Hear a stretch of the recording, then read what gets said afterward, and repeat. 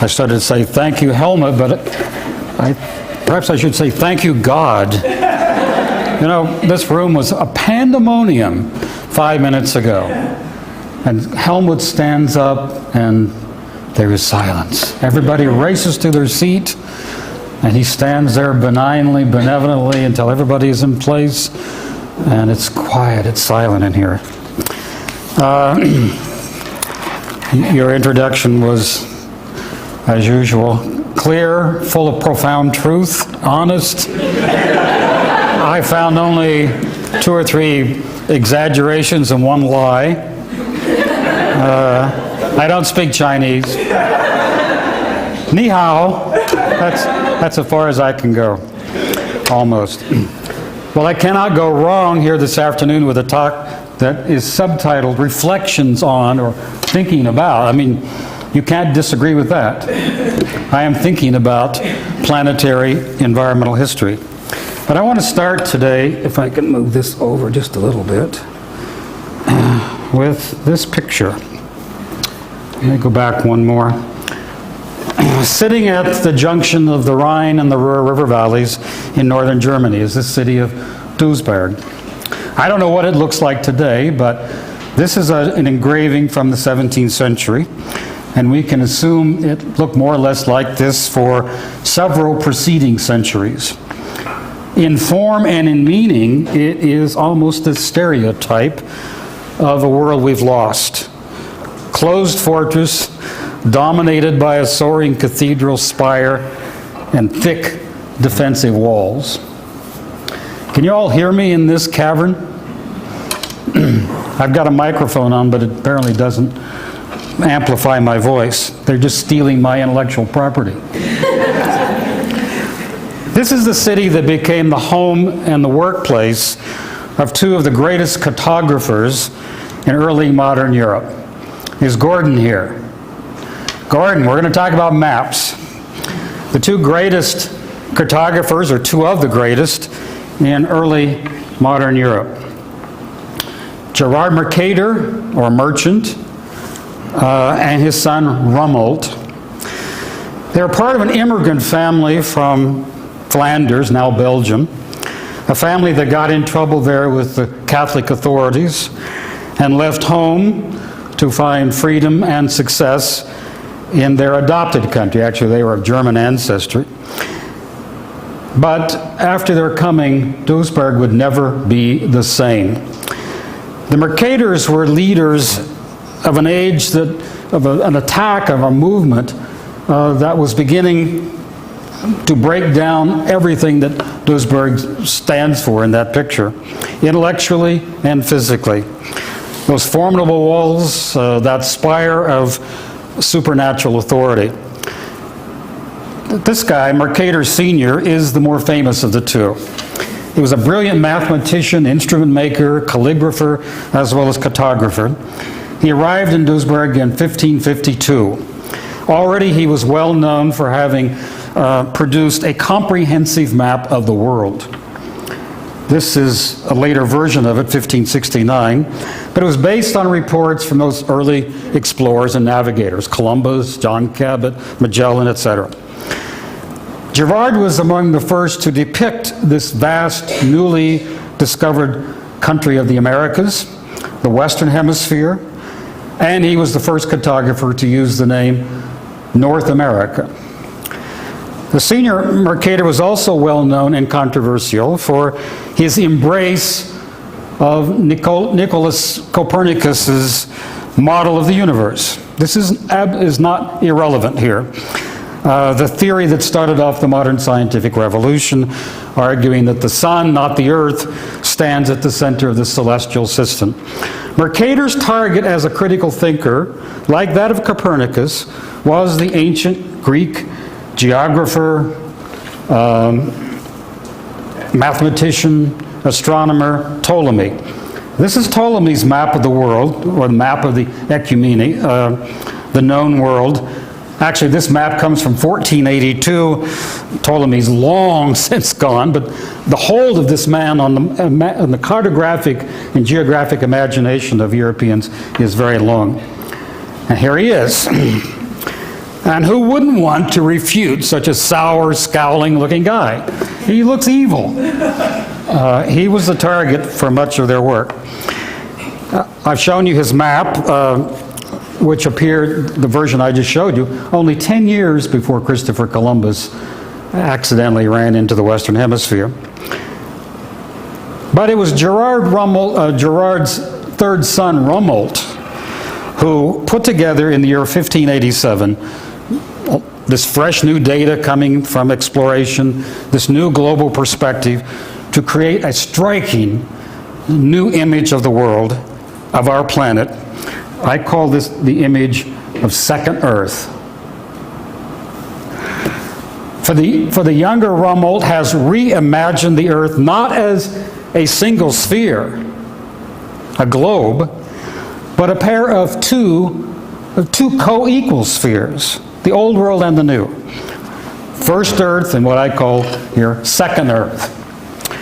It's as though a wandering body from outer space has gently approached the Earth, edging closer and closer until the two planets touch and kiss off the coast of Brazil. It's an appropriate place to kiss.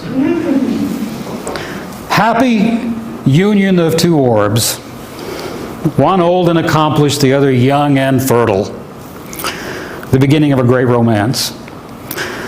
I call this image second Earth for it seems clearly to suggest, I don't know how else you could read this, that out there in the Western Sea there is an immense windfall of natural resources, untapped in the minds of the Europeans, untapped resources, fully equivalent to those of first Earth. Unmistakably, the map promises at least a doubling of the natural resource base. In fact, Rumbold's vision of second Earth looms so hugely on this map that it really overbalances the old world. For example, look at South America as depicted here. It's almost as large as Africa, whereas in fact, as we now know today, it's only half as big. North America, though accurately drawn around the Caribbean Sea and up the Atlantic coast, extends far more vaguely up into the Arctic until it completely covers the North Pole, becoming a landmass that dwarfs Eurasia, whereas in fact, Eurasia is twice as large as North America. So he's speculating where he doesn't have facts. He gets some of his geography wrong. There's really not quite that much new land out there in the Western Hemisphere, but these exaggerations suggest just how impressed he was with the prospect of infinite opportunity. It would be a prospect that would animate Europeans and others for centuries to come, whether they were immigrants leaving home to settle in that Western Hemisphere, or whether they were capitalists seeking profit, or whether they were politicians trying to expand their national power. Around the border of this map are a few images of the natural abundance of the New World, and then down in the corner, with reverence, Rumbold paints his father's white-bearded visage. Although the map was the son's own stroke of genius. For whatever reason, I believe it was probably inspirational as much as practical or scientific, merchants all over Europe bought copies of this map to hang on their walls. And throughout the rest of the 16th century and throughout the 17th century, this image became the most popular projection among all the competing maps of the world. There are similar versions that were plagiarized in city after city: Amsterdam, Rome, Cologne, Nuremberg, Venice, Paris. Everybody was making maps that look like this. I want to suggest we can see in this map a founding document for a new age that will be characterized by the pursuit and the achievement of material abundance, or what I simply call the age of abundance. It'll take a few more centuries before the full extent of second Earth's natural abundance could be accurately measured, exploited, mapped. In Rumbold's time, it's simply an article of faith, a leap of faith. Of course, nobody knows anything about the interior in most of this time. They can see these bays, estuaries along the coast, rivers, but nobody has gone up those rivers, at least from European perspective, explored them. They don't know what kind of forests, they don't know what kind of rivers are up there. They don't know anything about the mountains lying in much of the interior, although in some of South and Central America, those mountains are already beginning to produce enormous quantities of gold and silver. They don't know anything about the full variety of animals roaming across the interior of the Americas. The soils are a complete mystery. How fertile are they? How many hectares do they cover? How many people do they support, or can they support in the future? What's most interesting to me, reflecting back, is that neither Mercator nor his competitors and contemporaries could have realized just how rare in the universe this second Earth really was. It was nothing like any of the surrounding planets in the solar system. Not like cold, desolate Mars, not like poisonous, steamy Venus. Fortunately for the discoverers, second Earth did not actually come from outer space. You knew that, didn't you? Which today we know offers so little to the human species as living space. Second Earth was wonderful precisely because it was another Earth, like the first, in offering all the resources humans and other forms of life needed to survive. Some have said in some ways we rediscovered the Garden of Eden at this point. Once upon a time, the old world had understood itself to be the unspoiled Garden of Eden, but by the time of Copernicus, Columbus, the Mercators, it ain't no Garden of Eden. It is much populated, densely settled, much depleted in resources, and loaded with poverty. And people are working hard by the sweat of their brow to earn a living. So suddenly in the Western Hemisphere appears a real Garden of Eden, one that invites people to come and begin life anew. The potential for the species must be incalculable. My argument today, and in the book I'm writing, an argument suggested in part by this map, is that a new age of abundance opened about the time of Columbus's voyage and the Mercator's mapping projects. This new age would last 500 years, right down to our own time. I also want to argue that that age of abundance is now coming to an end. The idea of a second Earth lying over the horizon, waiting to be discovered, has, perhaps within my lifetime, suddenly vanished. This is not an altogether new argument, I know, but it is one that has not been taken seriously enough by scholars, nor its implications fully understood. Today, most European historians, it seems to me, still do not grasp and do not want to admit the powerful impact of the Americas on the history of their nation and peoples, or on the West in general.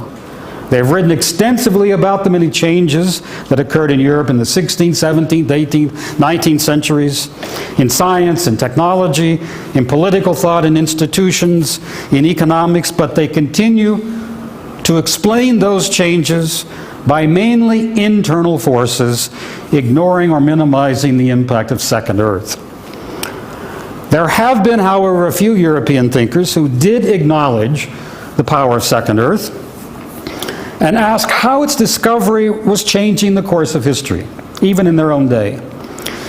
And I want to give you a couple of examples of this. So I will start with this man, the Abbé Guillaume Thomas Remin, a French philosopher who had been a Jesuit priest until his parish dismissed him for radical thoughts. More than 200 years after the Mercators, the Abbé Remin would write a massive new history of the world, Histoire philosophique et politique, which was published anonymously in Amsterdam in 1770. in 4 volumes. It is a searing indictment of European violence toward the Americas and their native peoples, but also to the colonialists who went out to establish homes for themselves. But before laying out all the hideous details, the atrocities committed, Raynal steps back to assess the broader impact, the broader developments of the past 2 centuries.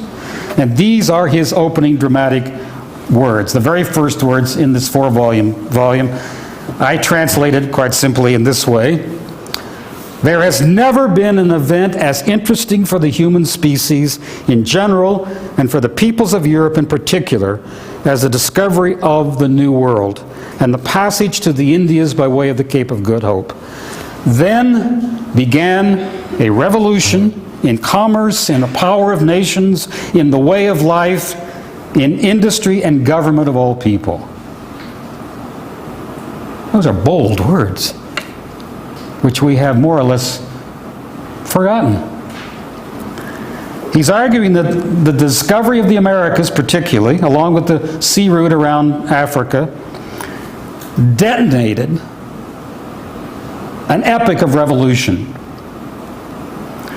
During the 3 centuries between Columbus and the priest, a chain of revolutions, revolutionary bombs, you might say, has gone off. Serial bombing. A revolution in economic relations, what he calls a commercial revolution, but which we might more accurately call the capitalist revolution. The discovery and appropriation of New World resources has also upsets the international balance of power and wealth, tilting it decisively toward Europe. And after that, and he's writing just 6 years before the American Revolution, would come a push for political independence among French, British, and Spanish, Portuguese colonies of North America. And finally, of course, the French Revolution itself. Now, I came upon this particular, all this is sort of backdoor work for me, but I came upon this particular quotation in Raynal's work by reading somebody else who quotes Raynal. And again, this quotation I've seen many times. I've seen these maps many times, but they didn't really ring, as I'll indicate in a moment, until I started looking backward in time. The person who read Raynal and these opening words is none other than this man, Adam Smith, author of The Wealth of Nations, a Scottish economist and philosopher living in London. Wealth of Nations, published, of course, in 1776, 6 years after Raynal. It's the founding text in modern economics. It's the book that explains how nations might achieve something they've never done before, accumulate wealth on a massive scale, and do so forever, or nearly so, we assume. And you know his answer for that. Well, you would set up a system of natural liberty in which every individual is free to pursue his own self-interest in his own way, and to bring his industry into competition with that of others. This happy system of natural liberty, or laissez-faire economics, became, of course, the key concept, the core of modern capitalism and liberalism. But that's not all that's in Smith's book. That's all that we usually think about, but it's not all that's there. Because later on in the book, in ways I don't think he ever quite understood, Smith acknowledges that wealth requires more than economic and social freedom. It requires land and natural resources.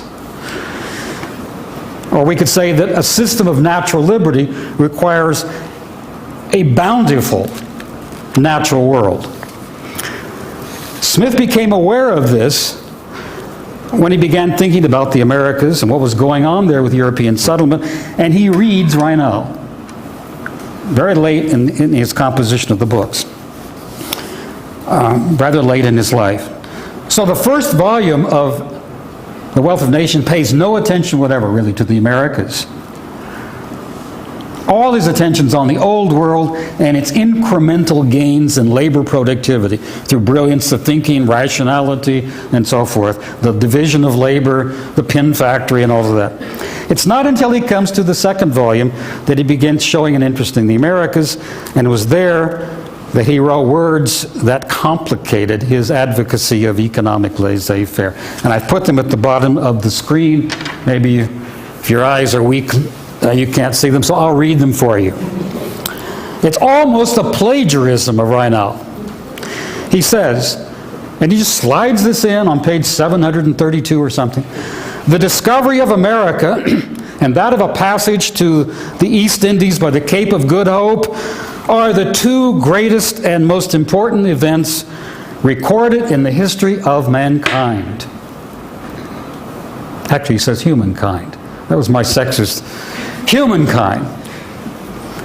The two greatest events in the history of humankind. He just slides it in. Actually, he is extending Remin's argument a bit. Greater than any other human historical event. Greater than the birth of Jesus. Greater than the creation of Adam and Eve. I guess this is what he wants us to think here. That's pretty amazing language. That the discovery of second Earth was more important than the birth and death of Jesus. Well, what makes it so important? Simply, they offered Europe a mind-blowing enrichment of natural resources. That's it. While he acknowledges the dreadful consequences for the native peoples following the European discoveries, Smith nonetheless feels in his heart, and I quote, the general tendency would seem to be beneficial. Beneficial because they promised to improve the lives of so many poor and deserving people who had run out of opportunity in Europe and Asia.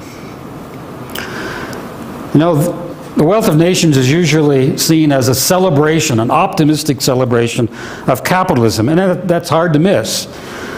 But this celebration is contradicted by Smith's awareness of how much people depend on natural resources. And what he's implicitly saying is that there are limits to natural resources.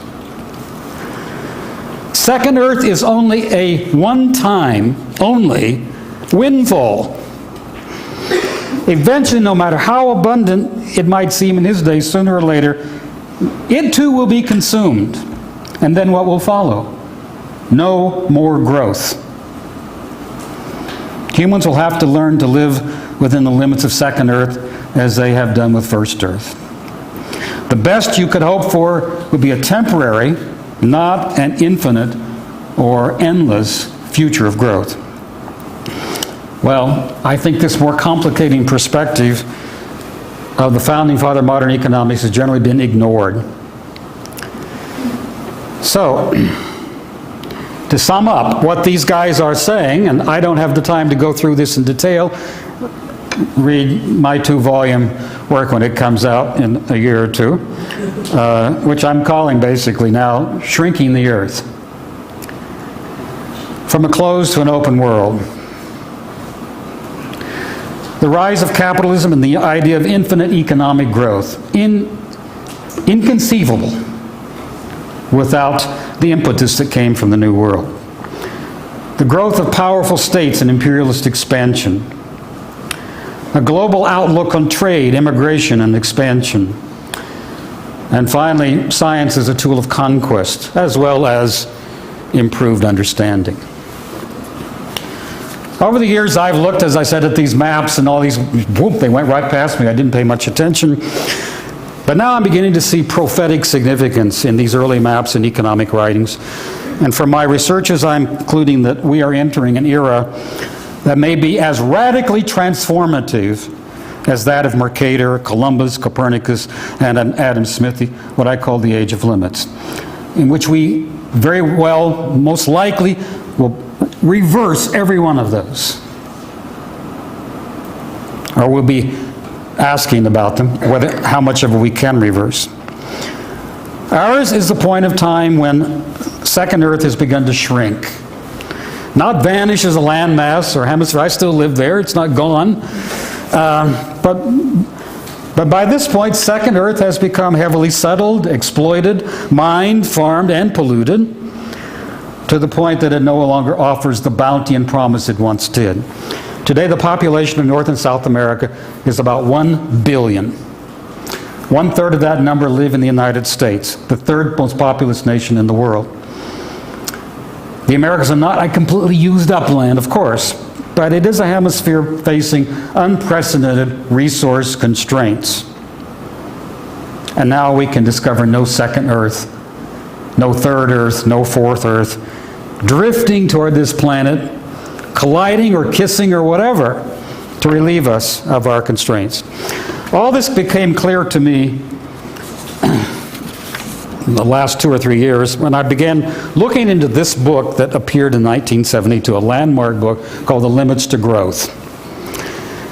That book had been the best-selling book of the environmental era, the last few decades, since World War II, selling various estimates on it. I asked Dennis Meadows, the author, when he was here in this very room a little over a year ago.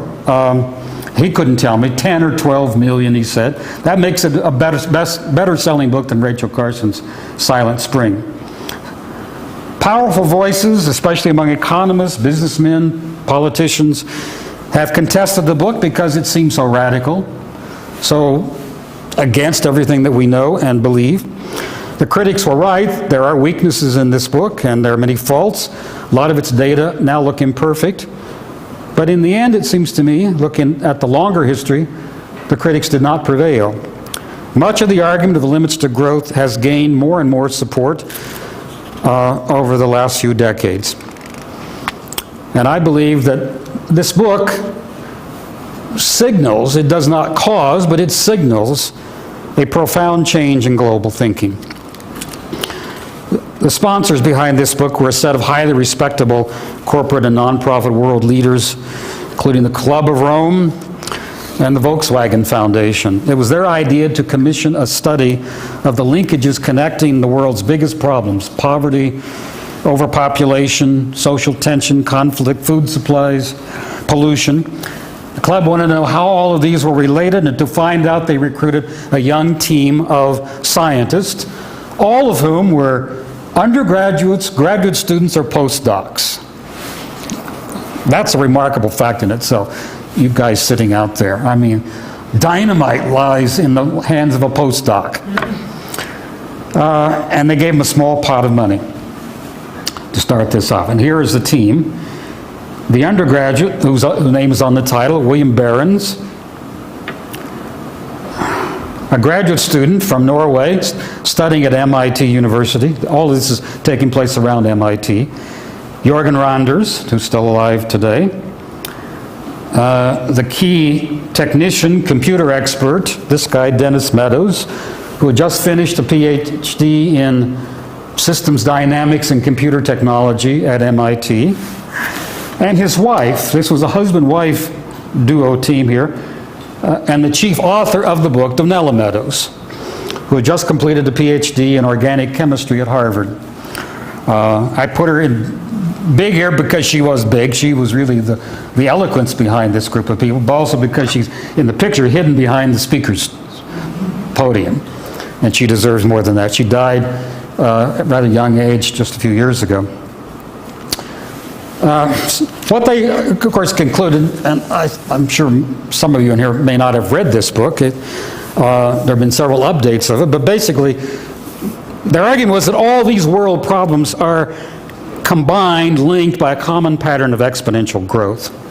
That's their basic argument. You know, exponential growth, the kind of increase that you like to get on your bank account. Steady increase every year. 7%, right? 8, 10, whatever you hope to get. And basically they say that those exponential growth patterns in population, industrialization, pollution, and so forth, we're all going to be bumping up against natural limits. Not one limit, but many interrelated limits. Or what later scientists would call the systemic limits, the boundaries of the Earth. The MIT team writes, "It is not known how much we can perturb the natural ecological balance of the Earth. It is not known how much carbon dioxide or thermal pollution can be released without causing irreversible damage in the Earth's climate, or how much radioactivity, lead, mercury, or pesticide can be absorbed by plants, fish, human beings before the vital processes are severely interrupted. But unless human behavior changes, they say this will likely happen sometime within the next 100 years.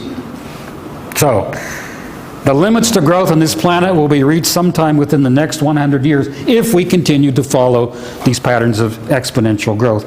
The most probable result will be a rather sudden and uncontrollable decline in both population and industrial capacity, looking more or less like this, these famous graphs that they developed for their book. The book is just full of graphs. Actually, it's only 200 pages, and probably the actual language in it can be reduced to about half of that amount. Most of it are graphs and charts. And they all have this kind of collapse point, peak point, where they go down. Of course, the most scary part was their prediction that a lot of the vital resources needed for industrialization, these raw materials, lead, tungsten, mercury, petroleum, etc., would at some point be exhausted. Great news. Sometimes within a single lifetime, or to all of them by the end of the 21st century. Now, these projections have been disputed, debated, but increasingly, I would suggest the issue is not when, but not whether we will reach a peak of oil and copper and so on. Let me repeat that the deeper message in the limits to growth was that the Earth must now be seen as a small, diminished, and endangered planet drifting in the cold, sterile darkness of space.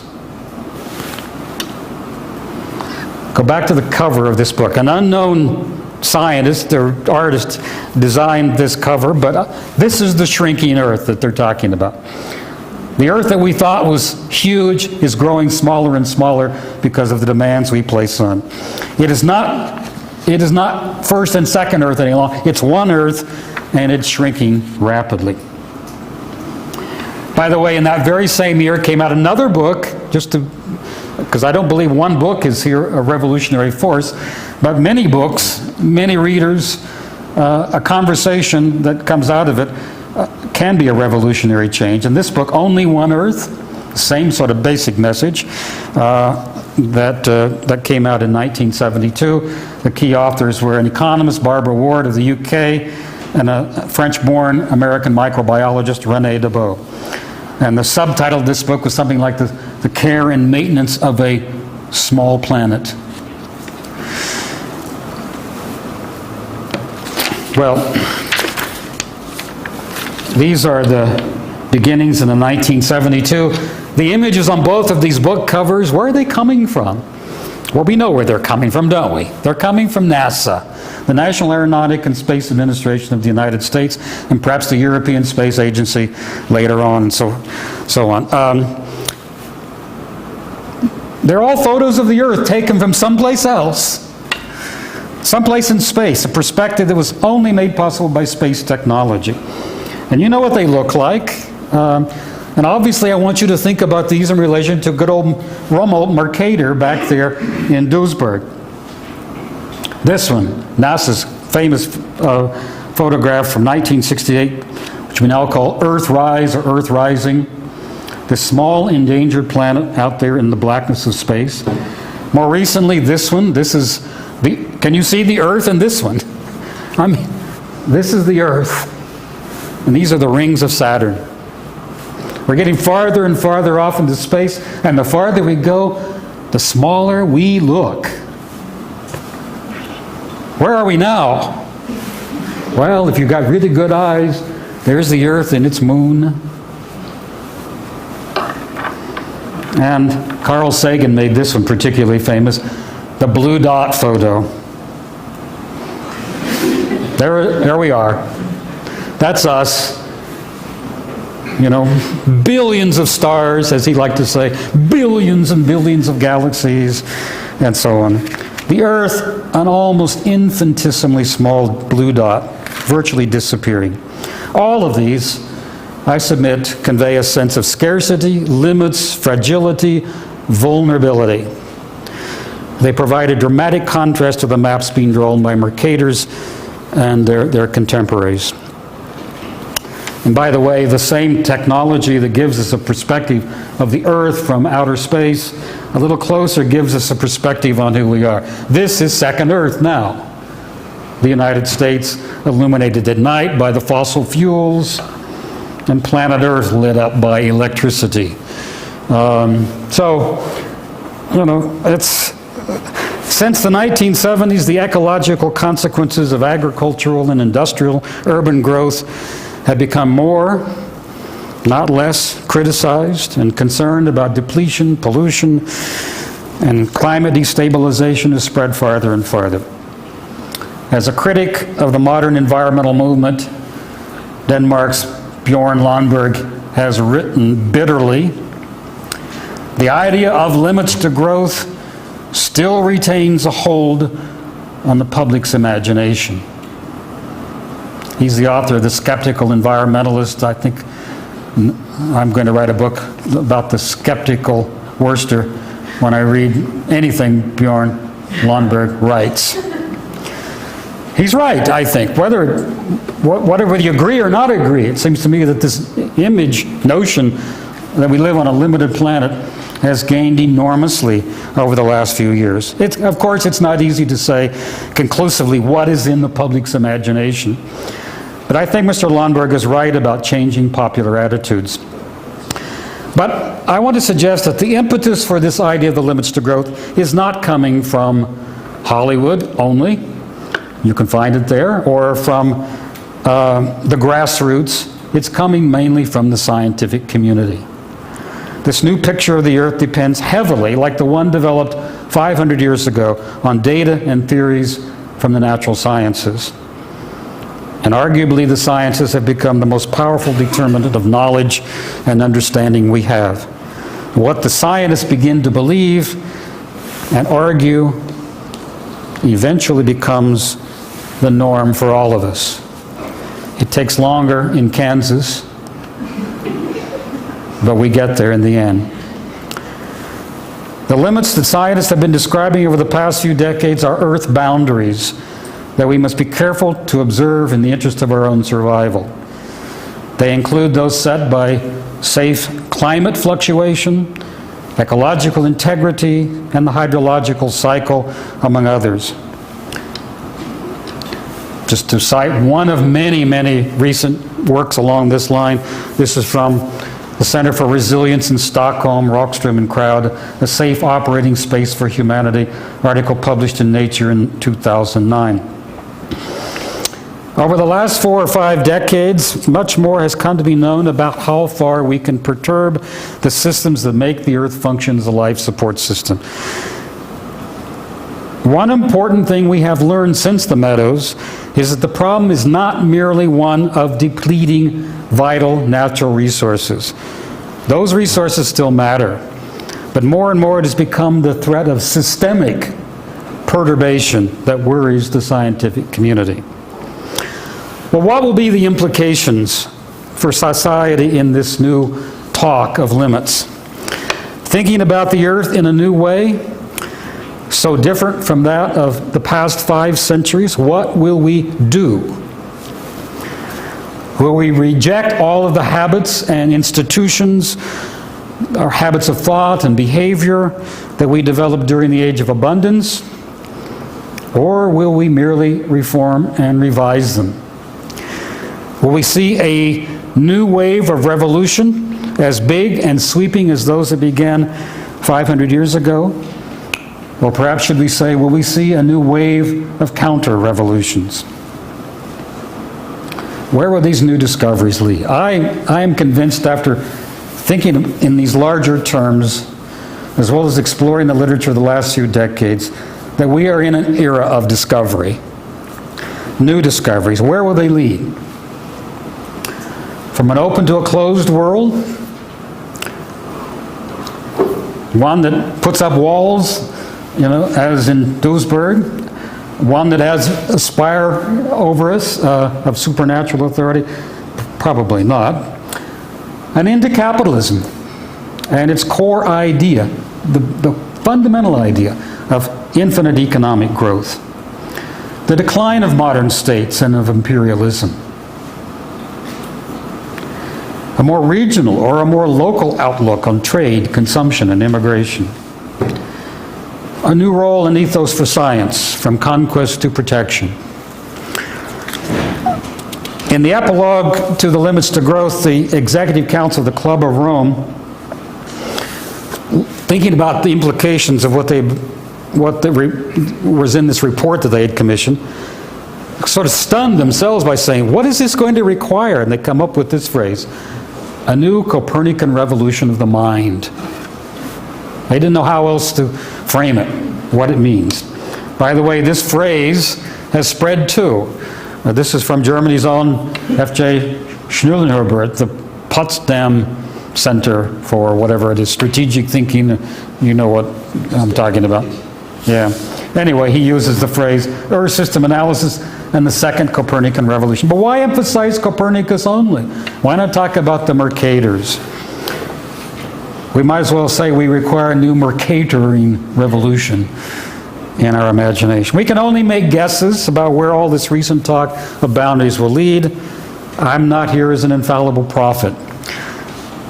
But that a perceptual, economic, and moral transformation is underway seems plausible and even indisputable.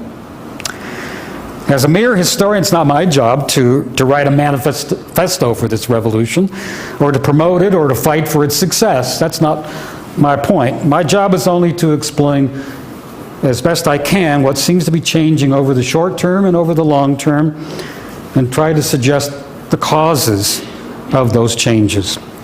That's all I can do, and all I hope I've done here this afternoon. Thank you very much. Thank you.